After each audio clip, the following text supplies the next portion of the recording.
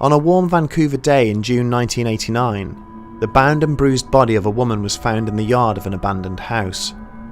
Police quickly determined that she had committed suicide, but her 6-year history of receiving threatening phone calls and enduring abusive stalking leaves us asking, who killed Cindy James?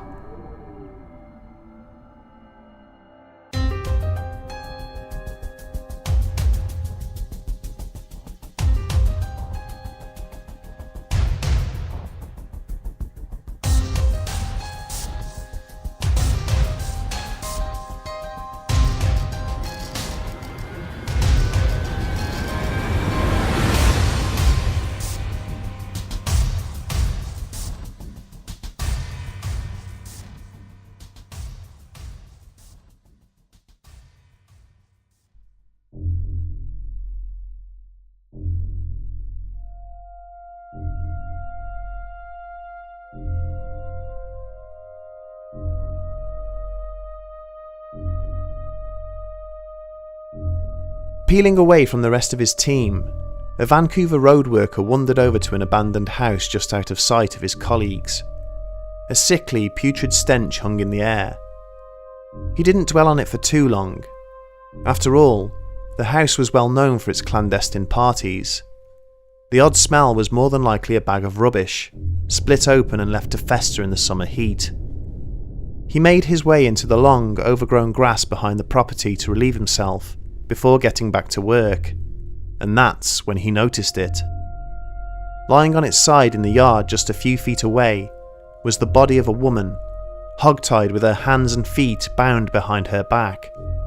There was a black nylon stocking wrapped tightly around her neck, which had begun to dig into her skin. Her face was turning black from decomposition, contrasting against a head of golden blonde hair. Police already had an inkling as to who the deceased was before they even arrived on scene, and their suspicions were confirmed shortly afterwards.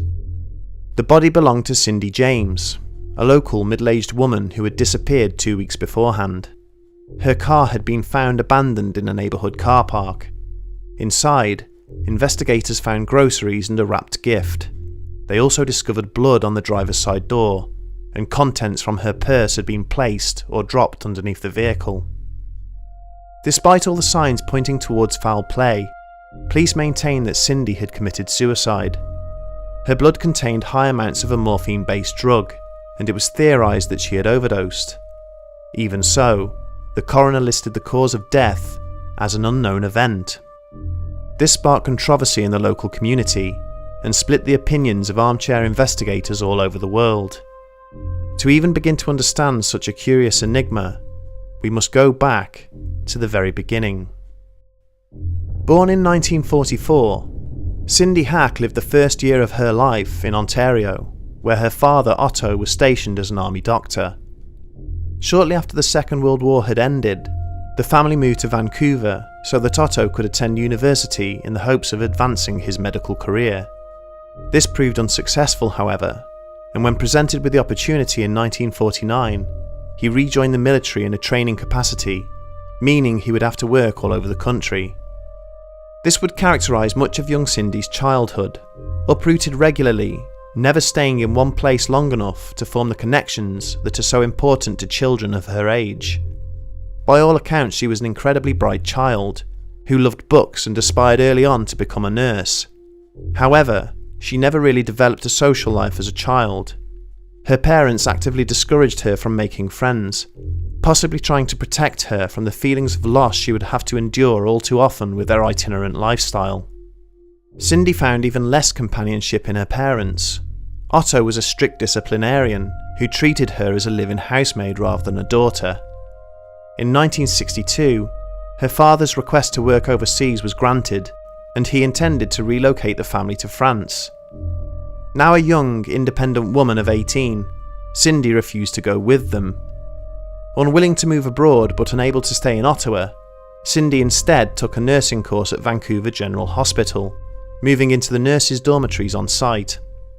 She was relatively happy in her new position, maintaining a B+ average at nursing school and visiting her family in France during the summers of 1963, 64 and 65. Much to her parents' shock, however, they later received a letter from Cindy detailing the apparent suicide of her fiancé. Her family didn't even know she was engaged. Even her brother Doug, who visited her regularly in Canada, had never seen or heard anything about this mystery man. Later in 1965, Cindy met a gentleman at work by the name of Roy Makepeace, a 39-year-old married man who had taken an interest in his much younger student. He began to tutor Cindy, and the two quickly developed a sexual relationship. Roy divorced his wife in 1966, and in December of that year, he and Cindy were married. The pair had kept the relationship secret from her parents up to this point, as understandably, when Cindy did inform them via letter, they were appalled. Cindy read Roy a scathing note, apparently from her mother, claiming he was taking advantage of her, though it soon transpired that Cindy had written the letter herself. Roy found this behaviour incredibly strange, but simply passed it off as melodrama. Over the years, Cindy became more insular, screaming at Roy to leave her alone, even confiding to friends that he abused her. Roy admitted to slapping her in frustration only twice during their long relationship, but vehemently denied the level of abuse that Cindy was accusing him of. The two divorced in 1982 after 16 years of marriage, and Cindy moved into her own place shortly afterwards. This was a big step for the young nurse, as she had never lived alone before. And this is when the terror began to unfold. Cindy began to suffer at the hands of an unseen assailant just a few months after moving in. It first began on the 7th of October 1982. She received a phone call that night, during which a raspy voice on the other end made obscene sexual threats towards her. Most horrifying of all was that the caller knew her name, saying it repeatedly to taunt her during the tirade. Over the next few days, she received more calls from the stranger.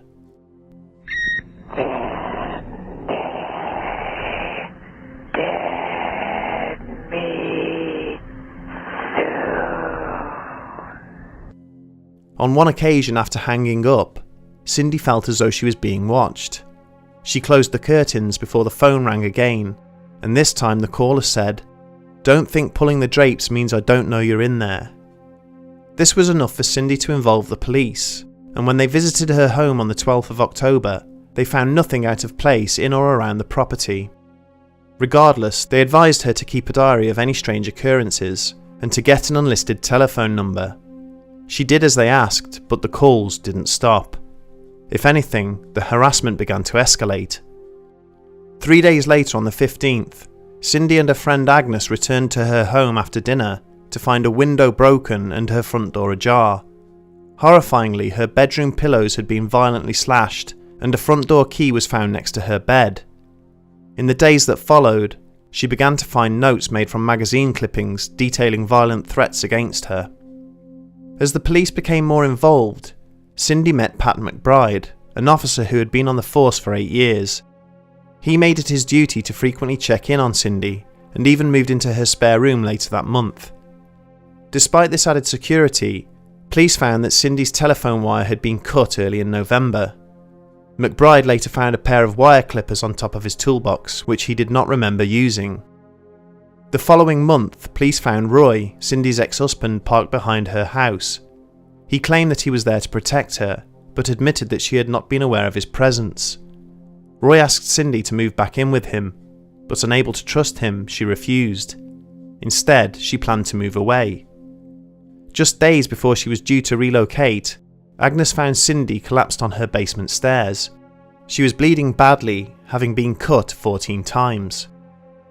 Cindy was asked about the attacker and claimed she didn't see his face, but there was a sense that she was withholding information. This was confirmed when she later confessed to her brother Doug that the attacker had told her not to look at him, or else he would go after her family. Over the next year, police would intermittently set up surveillance operations on Cindy's house, watching day and night, sometimes for weeks at a time.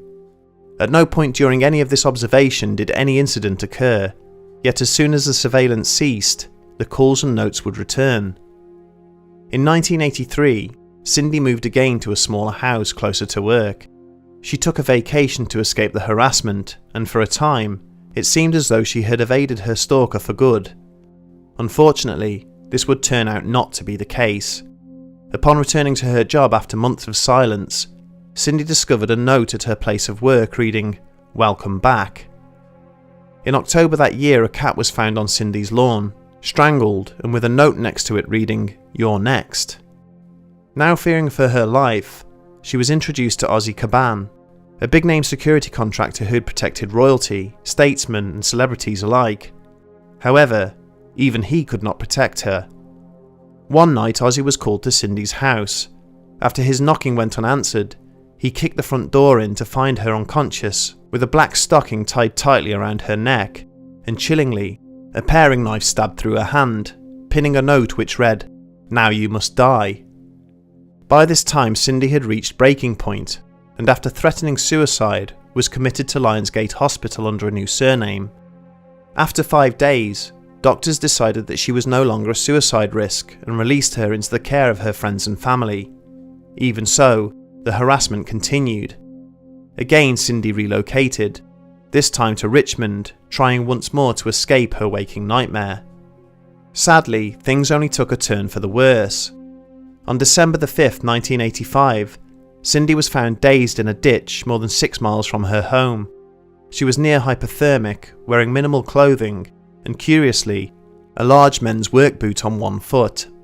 She also wore a rubber glove and had a stocking wrapped tightly around her throat. She was bruised and beaten, having suffered lacerations, a black eye, abrasions, as well as a needle mark on her inner elbow. She had no recollection of what had happened. Having been briefed by Vancouver police, the Richmond Police Department had seemingly come to the conclusion that Cindy was fabricating the assaults. They soon became tired of the constant call-outs, only to find no evidence to suggest the involvement of a third party. Regardless, her friends Tom and Agnes stood by her and began staying overnight so that she could finally get some sleep, assuming that there would be no incidents whilst others were present. Late one April night, however, Cindy woke Tom, saying she had heard a noise, which incidentally he had also noticed. They ran downstairs to discover a fire had been started in the house.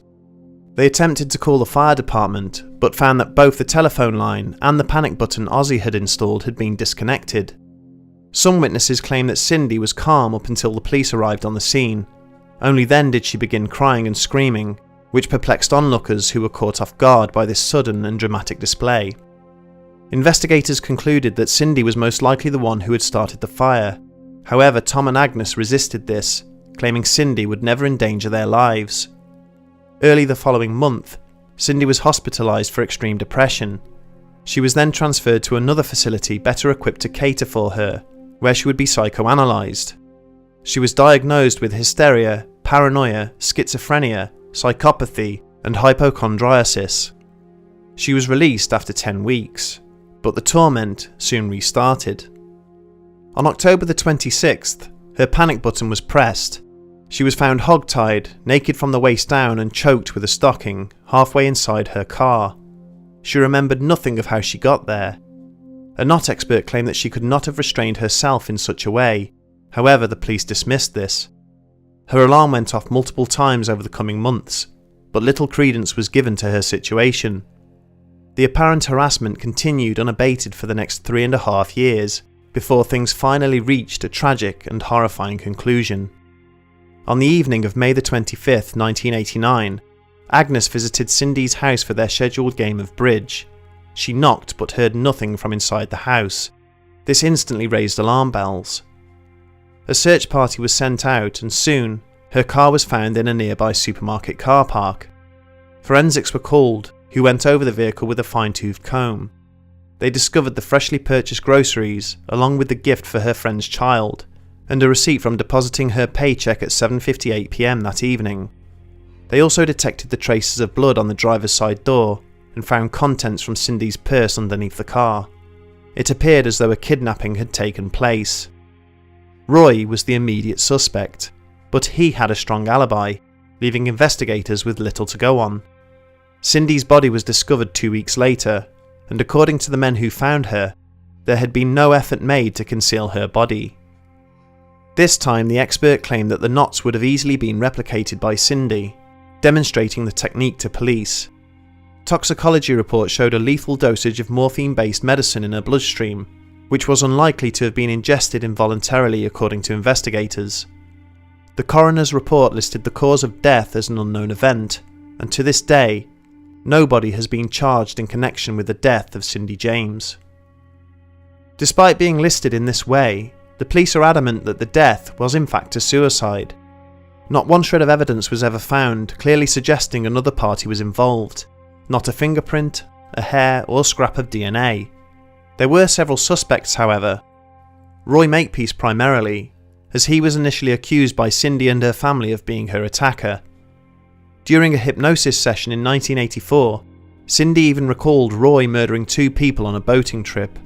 However, statements taken whilst under hypnosis offer very little credibility in court. Moreover, Roy was found to have solid alibis for many of the assaults and calls, and was ruled out as a suspect. There was a strange man reportedly patrolling the street at the time of the fire. A neighbour confronted him, but he ran away. Whilst this is curious, it is entirely possible that he was simply a curious onlooker, out for a late stroll. Regardless, not nearly enough is known about him to form any kind of conclusion. The final, and arguably the most convincing suspect, is Officer Pat Mcbride. Over the course of the events, it became increasingly evident that he was romantically interested in Cindy, likely forming a relationship during his time as a lodger at her house. Mcbride in fact proposed to Cindy, but was refused. Despite this, the two remained good friends. One thing that does lend credence to this theory, however, is the fact that Mcbride was a police officer. This would give him exact knowledge of when and how the police were observing the house, thus explaining why the incident stopped during these times, and started again as soon as the police left. Some people speculate that Mcbride may have been using his position of power along with others in the department to cover up his tracks, but how credible can this really be? Some police departments infamously have codes of silence, but surely we can assume that in light of such depravity occurring, someone would have eventually blown the whistle. Other theories are far-reaching, but not without value, and certainly not without intrigue. After analysis, it was claimed that the voice heard in all the recorded phone calls was female, leading some to believe that Cindy had been involved romantically with another woman. This perhaps explains why she was reluctant to open up to her friends and family. She may have secretly been gay and struggling to come to terms with her sexuality. The theory is that shortly after separating from Roy, she had a short-lived relationship with a female associate, and that this associate was the one that went on to stalk her. This explanation, as with so many others, falls victim to the fact that the investigation failed to identify a single perpetrator, male or female.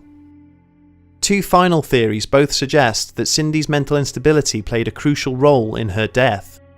There is the suggestion that she suffered from a disorder known as Munchausen Syndrome. People with this affliction compulsively create situations around themselves, often featuring physical and psychological distress in order to generate sympathy or gain attention. Some claim that Cindy was fabricating the harassment all along, and that at the time of her death, she was attempting to stage another abduction. However, this time it went too far, and she accidentally overdosed. Finally, there is the very chilling possibility that Cindy unwittingly stalked and killed herself. It has been suggested that she suffered with dissociative identity disorder, or DID. DID is more commonly known as multiple personality disorder, where a person's psyche may contain two or more completely different and independent personalities, who each take turns in controlling the physical body. During episodes where a recessive personality takes over, the sufferer may black out, completely unaware of what they are doing whilst not in control. In Cindy's case, her recessive personality may have been the product of her loneliness as a child, which developed an unnatural detachment and self-loathing of the body it inhabited, ultimately wanting to destroy itself. In this way, the recessive personality may have tormented and even attacked Cindy's dominant personality, and this goes some way to explaining Cindy's blackouts and the fact that nobody else was ever witnessed assaulting her.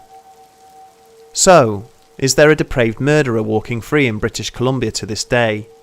Was Cindy James in fact stalking herself, knowingly or otherwise? Or does the answer lie somewhere else entirely? This is one of the most talked about and divisive cases in recent memory, with new theories coming to light even now. But despite this, the question of who killed Cindy James remains unanswered, and sadly, it seems that this will likely remain so for the foreseeable future. Often when a case such as this receives such exposure, there can be a tendency to fictionalise and trivialise events for entertainment. However, it is important to remember that none of us knew Cindy as a human being, and cannot so rashly pass judgment upon her.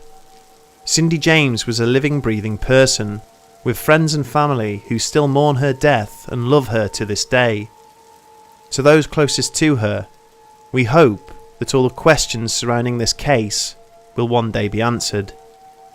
May Cindy rest in peace.